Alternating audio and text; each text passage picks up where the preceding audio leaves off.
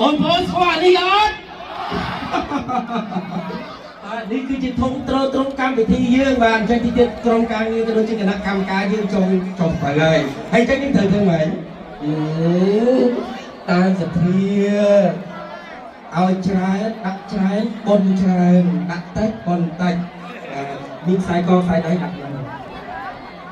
បាទដាក់បើអត់បច្ច័យដាក់ការធានាគារដាក់មានបានបាទអញ្ចឹងអរគុណច្រើននេះធំមូលនិធិយើងអញ្ចឹងដើម្បីទ្រទ្រង់កម្មវិធីយើងក្នុងការចំណាយផ្សេងអញ្ចឹងទីទៀតឲ្យក្រុមអាចារ្យស្រីអាចារ្យប្រុសអាចារ្យខ្ទេទៅអស់ហើយ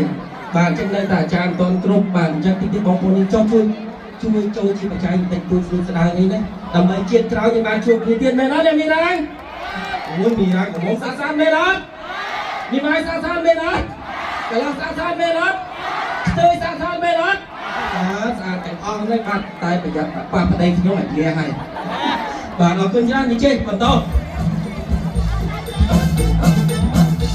ថ្ងៃនេះជាថ្ងៃចូលឆ្នាំ